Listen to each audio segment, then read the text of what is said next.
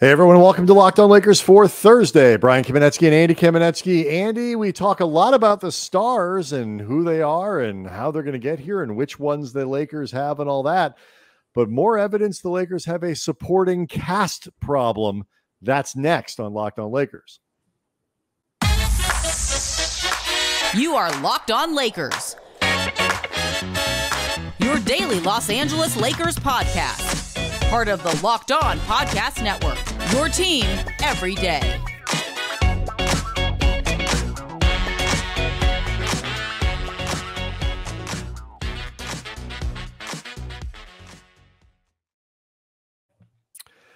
Thanks to everybody for making Locked On Lakers your first listen of every day, Monday through Friday, and sometimes on weekends, and particularly when news breaks, Andy, we bring you a fresh Lakers podcast. You can get it never behind a paywall. It's always going to be free. And in these inflationary times, that's a very important aspect of this show. Brian, I don't want to get political. Locked On Lakers on YouTube is where you go to get the visuals of all of this and some fun little eye candy and stuff that we throw into the show. Eye candy beyond us, of course, which is the obvious eye candy. Sex. Sex sells, Brian. That's right. So we've spent a lot of time, Andy, on Kyrie Irving and Kevin Durant and the stars and which stars the Lakers have and which ones they don't. Some odds on a different star popping up in LA, intriguing trade possibilities that are they likely to happen? No. Are they fun to talk about and kick around some hypotheticals? Yes. And we'll get to that later in the show. Brian, it's my understanding that once our friends at Bet Online offer any odds that involve the Lakers, we are obligated to talk about it because A, they are our partners and we want to support our partners. We want to make this a thriving relationship. Also, it's July. And we need the content, quite frankly. So thanks to them for that. But let's start here, Andy. You know, speaking of content, we did touch on this a little bit on Wednesday's show. The Athletic and Seth Portnow, whose name I have pronounced in 11 different ways, in all the times since yesterday that I've mentioned him. It's an interesting series. He does this every year at the Athletic, where he ranks players into tiers. And which I think, generally speaking, this is how you and I talk about guys. Like when I talk about a guy being a top 5 caliber player, I don't mean literally, is he the 5th best player in the league? I mean, in that group of guys that you can kind of call that a top 15 guy, a top 20 guy. Is he somebody that if you said was top 5, would you sound stupid? Right. Whether or not he was literally in my top 5 or your top 5, is he somebody that has any type of business being talked about as a top 5, top 10 player? Somebody else may have him 12. But when you're 12, you have business being discussed. Right, because 10. On any given night, the 12th best player in the league might play like the 6th best player in the league. I mean, these are all things, these are all fluid. Exactly. So the way that Seth does it is smart. He divides players up into tiers. And, you know, the lower the tier, you know, the tier 1, tier 2 guys are right at the very top of the league, small group. You get into tier 3, tier 4, tier 5, these groups expand. And couple interesting things came out of this, and they're both, I think, critically important for understanding where the Lakers are right now. The first one, we touched on this on Wednesday's show. Russell Westbrook is tier 5. He's in that group of guys that I think it goes from about 80 to about 120, give or take, in these categories. 125, I think it might be. It is 125. Yeah, and so, you know, without getting deep into his methodology here, and you can argue about some of the numbers, Westbrook is grouped into that sort of final tier of players who don't suck. I mean, there are 400 and something players in the NBA. Yeah, you'd be in the upper quarter of the NBA. But you're not a superstar, which is obviously what Westbrook was brought here to be, and it's what he's being paid to do. When you look at this sort of debate about what Russ is, I know you hate getting into the weeds of like, is he the 62nd? Is he the 60th? But like when you look at this ranking of what Westbrook is now, do you think that's appropriate? You know, that sort of tier 5. I think he's got him at like 114 or 112. Yeah. does that sound about right for you in terms of the placement of where Westbrook is in the league in that tier 5 group? Yeah, more or less, because I think it is in very large part for Russ specifically. He is one of the most talented people in the tier 5. But I think also, and this is something we've talked about a lot with Westbrook that particularly caused problems for the Lakers last year, he is extremely difficult to blend into what you do. And the more his skills begin to deteriorate and that athleticism begins to deteriorate, as we've been seeing is the case with Westbrook over the last few years, much less when the Lakers have him now, the minuses start to outweigh the pluses, or at the very least, they become much more magnified. So, yeah, I mean, even if you wanted to say that you think there are too many people ahead of Russell Westbrook in this grouping, and you think he should be closer to, say, 80, something like that, okay, fine. I don't really care. The problem is with Russ, it becomes very difficult, I think, to start talking about him as a top 60 player in the league, a top 50 player in the league. Just between the stuff that's eroding and also the fit issues, which really get exacerbated for the Lakers because of what they need from Russ when you take a look at the lack of really established quality players behind Russell Westbrook. Yeah, I think, and hold that thought for just a second, because I think that's the other part of this that we're going to get to, which to me is almost more important, or certainly equally as important as what you think of Westbrook, because and I agree with you, he's broadly in the right category, because especially when you factor in both sides of the ball. I mean, Westbrook is not a good defender. He has never been a good defender. And while we debate how good a defender he could be, he's never going to be a good one. It's even if I was like, you know what, I completely disagree. I think Westbrook is a top 50 guy. I think he's 50. Okay. The Lakers traded for him with the idea that he wasn't top 50, that he was top 20, top 25, top, something like that, an all NBA caliber guy.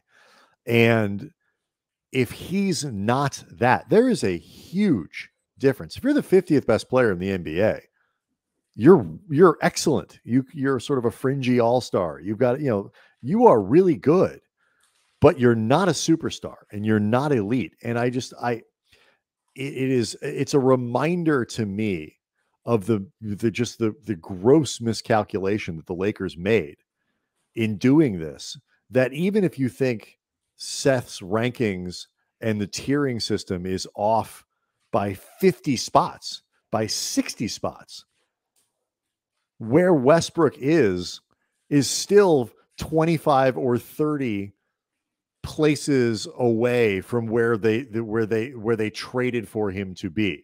And how badly they got this wrong remains stunning, not just based on a fit level, but just based on a totality of what Westbrook is.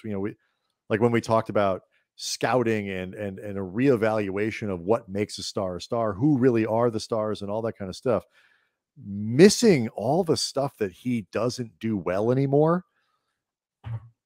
It still kind of boggles the mind, Andy. Even a year later, it still kind of boggles the mind. When you mention the totality with Westbrook in terms of what he was supposed to represent for this team, but also what he does not provide, a little interesting wrinkle I noticed in that tier 5, 3 players pretty either directly linked to the Russell Westbrook trade or, tangentially enough connected to the Russell Westbrook trade in the tier 5. KCP, 105. Kyle Kuzma, 113. Alex Caruso, 118. Meaning, in other words, there were 3 players in this tier that you either shipped out to get Russell Westbrook or didn't sign because of ramifications from the Russell Westbrook deal. And it speaks to, as we're going to talk about, I believe, in the next segment, the depth issue and the roster beyond the guys that would either be classified as current stars or still thought of as stars because of the status they built up over the course of their career. Those 3 guys jumped out immediately to me. It will make some fans happy to know Montrezl Harrell is apparently in tier 6. or he's unranked. Or there's concerns over the weed charge. That's the kind of thing that'll make a guy just want to sit down and get high if you don't end up in that tier 5. It is never a good thing, Andy, when two of the guys that you trade for a player are ranked above the player that you acquired in a deal. And Caruso, obviously, all three of those guys together, it should be noted, do not make as much money as Russell Westbrook will this year. Kudos KCP, by the way, who got a $30 million extension on Wednesday from the Denver Nuggets, who he was traded to earlier in the offseason. But let's talk about that depth issue. Good dude. We like KCP. Oh, yeah. It's good to see this sort of working out for him, given the circumstances that brought him to LA, which was a totally botched contract negotiation. So the other part of these rankings that are important for Lakers fans is, Andy, as you touched on, the depth issue. There is not another Laker in that top 125. That is problematic. And I'm curious to get your thoughts on where you think the next Laker would even land on a full league ranking, because that tells the story of last year's team and certainly potentially this year's team as well. We'll do it next. Locked On Lakers brought to you by Built Bar, the Built Bar /bakers/scientists/geniuses, groundbreakers over at the company. Never stop finding new ways to spin forward their creations. They took the instant classic, the coconut brownie chunk, added some marshmallows, and boom, you got yourself a coconut brownie chunk puff. It's the coconut brownie chunk Built Bar that you love. You've grown to just absolutely devour this thing, but they added marshmallow. It's always, as usual, covered in the 100% real chocolate, but it's good for you. Low calorie, low sugar, high protein, and as always, made with the collagen protein that your body absorbs more efficiently. It gives you great health benefits. It's a great snack for just a craving, or if you need something really quick, something that tastes good, it'll satisfy you. Go to built.com right now. Make sure you don't miss out on these coconut brownie chunk puffs. You can get a box of them right now. I call them chuffs. They don't, Brian. It's very important that we call it what the Built people call it, the coconut brownie chunk Built puffs. Go to built.com, use the promo code LOCK15, get 15% off your order. Again, promo code LOCK15, 15% off at built.com. So I asked this question a lot. It was a question I asked a lot last year, Andy. It is a question I will continue to ask frequently this year, particularly if the Lakers are unable to make any trades for depth and bring in more players. You know, Kyrie Irving and Joe Harris. Kyrie Irving, it was something like multiple players in a potential deal. Who is their fourth best player? Right now, I mean, last year it turned into, I would think, well, most people would say Malik Monk, right? Was the fourth best player. Yeah, I would say on balance, he was their fourth best player. And he was in the top half, I think, of the league. Yeah. Yeah, when you kind of put it all together. Yeah. So I mean, he got a raise, hefty raise. Who is the fourth best player on the current Lakers roster? It's an interesting question. Monk, for what it's worth, does not appear in the tier system, so you didn't get that much of a bump. But no. Anyway, go ahead. Got a pay bump. It could be Kendrick Nunn. I mean, it's. I think Kendrick Nunn. You know, he certainly was slated last year to be one of the most important players on that team, and unfortunately didn't end up playing a single minute for them. They paid THT like he was going to be that guy, and they certainly gave him the responsibilities of your fourth most important player, your fourth best player, and he was not close to ready for that. Maybe he actually takes that leap forward this coming season. I mean, both of us have emphasized the idea that we think THT is talented. He's really inexperienced, and it is not his fault that the Lakers put him in a position that really they should have known internally he was not ready for. Right. But I guess it would either be THT, Kendrick Nunn. If you're looking purely from a scoring basis, maybe Lonnie Walker. If you're thinking about it in maybe a, jack of all trades, master of none light, Austin Reaves. I mean, you can make an argument, I think, for any of those guys. And I let me preface this by saying I do not mean this as like a slam on any of these guys, because I think league average is actually, like, that's an important milestone to hit. Being league average is good. And if you're a good player, right, you're a good player, and teams, half the league is below average. How many of those guys that you named do you think most basketball observers would obviously put in a tier above league average, even if it's just like a little above league average, but like are solidly, oh yeah, that guy's definitely above average relative to the rest of the league? I think if they're healthy, all four of the guys that I mentioned really? would be yeah, I do. I think they would be considered league average level players. No, I say, but like, I mean, right. I would say league at average. Lowest, okay. I mean, better.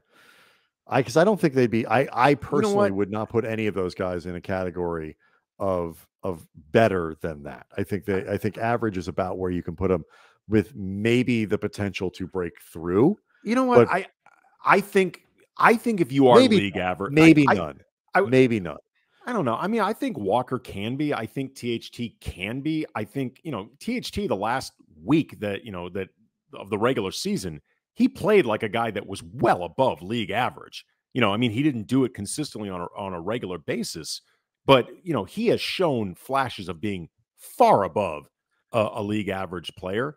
The problem to me is whether you are somewhat above league average or league average can be really fluid.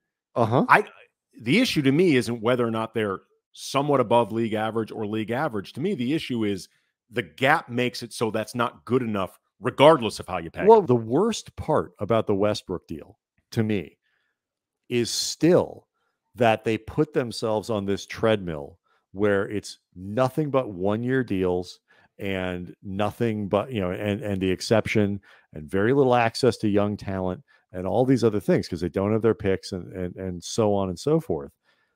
They've left themselves so few ways to get the 122nd best player in the league. Another version of that, instead of paying $47 million, paying 9 or 10. That is going to be a massive issue for them in terms of how they compete this year. I don't. The rest of this roster is not even close to good enough to me when you look at the competition in the West. Well, I mean, to put this in perspective, when you start going through the tiers that Seth Portnow, at least we think that's how you say it, put together, like for tier 5 guys, the Clippers have Reggie Jackson, Robert Covington, Norm Powell, Marcus Morris. The Mavericks have Spencer Dinwiddie, Maxi Kleber. Suns have Jay Crowder, Cameron Johnson. Timberwolves have only D'Angelo Russell, but then they have 2 or 3 guys who are going to be tier 3, tier 2, tier 1. Right. Anthony Edwards and Gobert and Carl Anthony Towns are going to be somewhere well above that. Yeah, they're going to be between tier 3 and tier 1. Denver, when you get into tier 4, they've got Michael Porter Jr. and Aaron Gordon. And as we mentioned, they've got KCP in the tier 5. Golden State, they've got Jordan Poole and Andrew Wiggins in tier 4, to say nothing about the guys that are going to be above that. The Pelicans in tier 4 have Brandon Ingram, who is at he's just below a tier 3 guy by Seth's ratings. Right, which by just tier 3, just as a frame of reference, puts you in the top 40. Yeah, and plus Herb Jones and Jonas Valanciunas. And the point being, like, those other teams have just so many more of these upper end, top quarter of the league players to complement the superstars that they have. Like, to me, when I started just looking at team representation in Seth's ratings, that's where it really jumped out. Like, damn, like that is a stark difference between what the Lakers have and certainly 2 guys that are going to be at minimum tier 2, if not 1 in tier 2, 1 in tier 1. Right. But as we always say, that just puts so much pressure on either LeBron and AD to carry the day, for the Lakers to swing some type of deal, or for 1 or 2 of these guys minimum to really take consistent steps forward. Yeah, I just, to kind of wrap it up with Westbrook, like the Lakers did this, and they was sort of with the idea that LeBron and AD would be tier 1. You could put it top 10 guys, top 5 even. caliber players, and Westbrook would be probably, I think in their minds, no worse than top 20, top 30. and something, whatever it is. And Westbrook's not even close. Davis has underperformed, and every step down that the Stars take from that only makes the problem with the rest of that roster, having none of that middle class, those other players that are really good and above average, and the 75th best player in the league. It makes that absence that much more problematic. It also speaks to why, Brian, all the people who say, well, if they can't trade Russ, just don't even bring them into training camp, send them home. Like, they can't afford to do that. Nope. Like, Westbrook is still one of their most talented players. Fit issues, attitude issues, all that stuff aside, by far one of their most talented players. They cannot afford to do that. And you can't, it's not like they gain anything from like tanking or something. So what, you don't tank, they can't tank. They don't control their own pick.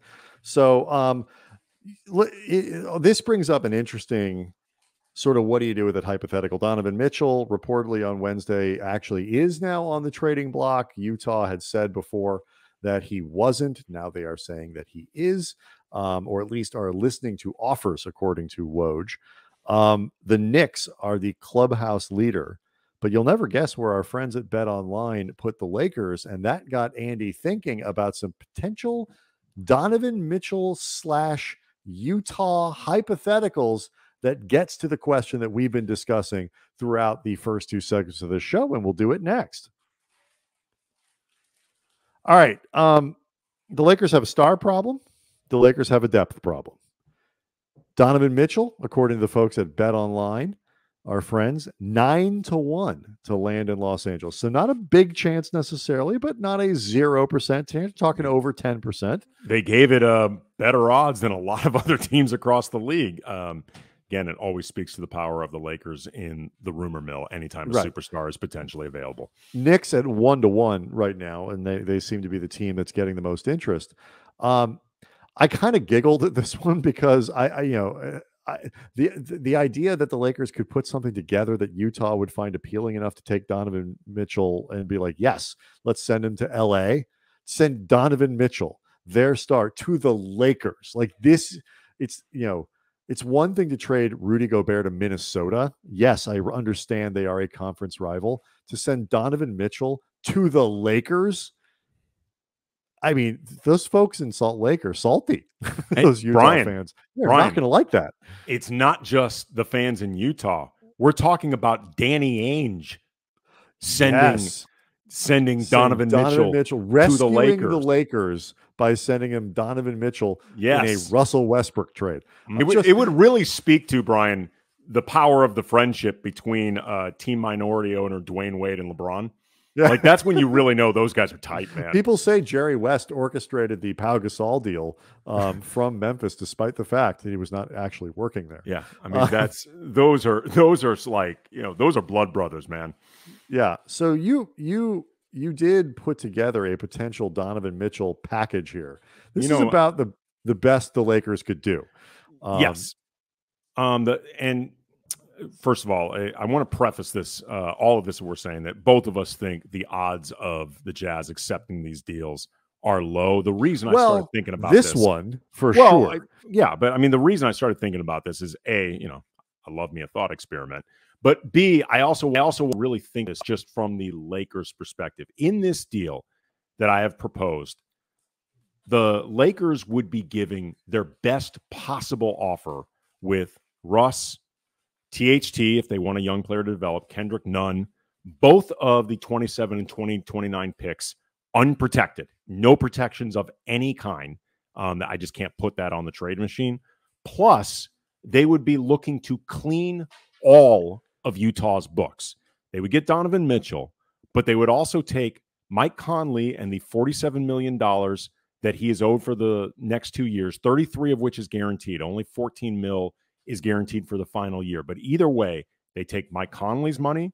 They take the $27 million that Jordan Clarkson is owed over the next 2 years. He's got a $14 million player option in 2024. You thought the homecoming for Thomas Bryant was fun. Let's bring Jordan Clarkson back to Oh, yeah. Open up those DMs, baby. A lot of DMs, a lot of Insta models are going to be very excited about that one. Somewhere Jordan Clarkson's ears are tingling. Just so wait a minute. So, am I going back to LA? Like, how is this happening? His spidey sense is going. Yeah, I am guessing he would pick up that option. Rudy Gay has a little bit of money owed in 2024, $6.5 million, but if they want to get rid of it, they can. They could also sub in Bogdanovich, who's owed $19.5 this coming season, Patrick Beverly, $13 million this coming season, one or both of them. Screw around the parameters of it. But basically, you are giving the giving the Jazz everything you possibly can in terms of talent, in terms of the return, but also just cleaning their books to the best possible capabilities. Forget whether or not Utah would do this. Right. Forget it. I mean, the answer for the Lakers is if you could get this done and get Donovan Mitchell and useful players in return, this is an obvious yes. I think for the Lakers, a rising player, even if you don't think Mitchell is ever going to reach that elite tier, he's still really good and he's still really young. You get a couple useful players like this. To me, is a no-brainer yes for the Lakers.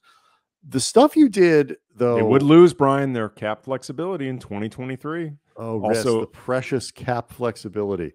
They would also lose the ability to control a draft pick until roughly 2090. The next idea I had, though, was also this gets to something more intriguing from a philosophical standpoint. We were talking about stars, and we talked about Westbrook and how good he is, and we talked about the Lakers' problem with having zero depth.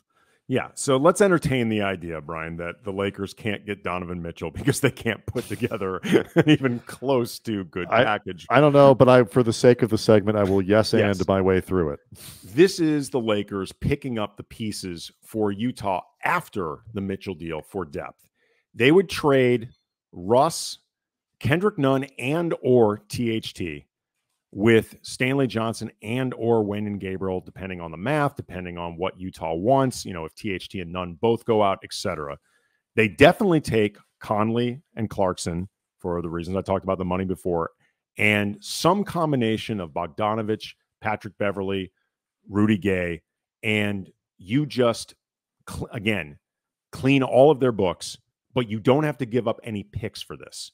So it starts turning into a question of whether or not Russell Westbrook also goes out in this deal, whether or not you would rather try to move Russell Westbrook for Kyrie or maybe a different disgruntled star down the road, or you would rather have LeBron and AD, but much better depth, because you're taking on Utah's supporting cast, which, yes, never helped fuel deep playoff runs, but they are theoretically better set up. They got them to 50+ wins, right? And you look at there are other ways, and people watching on YouTube can see it. The point of what you did is there are a lot of different ways you can mix and match players off the Lakers roster and players off Utah's roster. But the question that you're really asking is that one about depth versus a star, and the Kyrie thing is obviously intriguing because he is Kyrie, and if you could get him here, you got to pay attention to that. But we also don't know if or when that's going to happen. Even if you don't believe Kyrie saying this week that he actually wants to stay in Brooklyn, now that he once he extended that, picked up that option, Andy, he was a net, and he was dedicated to being a net. Even if you don't believe him, I don't believe him. There's still the matter of Brooklyn may not end up making a trade until they trade Durant anyway. And if they try to trade Kyrie to improve themselves to make Durant even happier, you can't trade. That's not a Westbrook deal. That's somewhere else. So that trade may never happen. And if you told me tomorrow that I could get this done, where I'm trading for 4 legitimate rotation players, 5 rotation players, whatever it is, and I'm sending out THT, who is an inferior to, I think, all of the guys that Utah could send. I'm sending out, Kendrick Nunn, who's maybe on the level of a couple of those guys, but probably a step below. And 2, good stories in Gabriel, a good story in Stanley Johnson. But those are fringy NBA, fringy rotation players. If I could do that, I would do it in a heartbeat. And I don't care that it bleeds into my cap space for next year, because Jordan Clarkson, especially on the last year of his deal, is very tradable. These are productive NBA players. Pat Beverly, who wants to play in LA anyway, all that kind of stuff. I would do that trade in a heartbeat, even if it cost me my cap space, some of my cap space, my easily accessed cap space. Doesn't mean they can't create it. And even honestly, even if it maybe even cost me a pick, or depending on what the parameters are, I would even consider a pick as part of this. If I got back genuine depth from Utah, from Indiana, or one of these teams, I would absolutely do that. Yeah. I would start out trying to keep the picks just because it gives you a better ability to try to make other deals down the road. Of course. But theoretically, yeah, you could add a pick to that. And then you're talking about a team with LeBron, AD, Austin Reaves, Thomas Bryant, Lonnie Walker, Troy Brown Jr., Juan Toscano Anderson, Damian Jones, and some combination of Patrick Beverly, Mike Conley, Jordan Clarkson, Bogdanovich. Right. It's a pretty damn good team. It's certainly better than the one they have now, or maybe it's Rudy Gay, or like if you could somehow pry Jared Vanderbilt from Utah. I don't think they would do that. I didn't include those guys just because I wasn't sure about like the timing, like the rules. They just got traded. Right. But Pat Bev, you threw him in, but like it's less about the individual players and more about the quality of the players. Clarkson is a flawed guy, but he's an excellent sixth man. He won the award. They gave it away for him. Conley is a declining player, but he's still good. Bogdanovich is still a good player. I'm not sure I'd want to pay him $20 million in perpetuity, but I do it for a couple years if I'm trying to win right now. The Lakers need more good players. And that group that we talked about, that's between 70 and 150, adding 4 of those guys for the price of Russell Westbrook and a couple, I put them lower dudes in like THD or Kendrick Nunn, that improves the Lakers significantly. Whether it is Utah or Indiana or a team like that, I think this becomes kind of a no-brainer. Yeah, the only downside of this is it would be funnier to somehow get Patrick Beverly on this team while Russell Westbrook is still on it, because they hate each other. Yes. As long as you're already dealing with destructive issues with Russ, you might as well just go ham with this thing. Maybe they just playing together would allow them to somehow fuse their weird energies together in a way that becomes unstoppable. But it might be a good way to get Russ to ask to be released from his contract. That is true.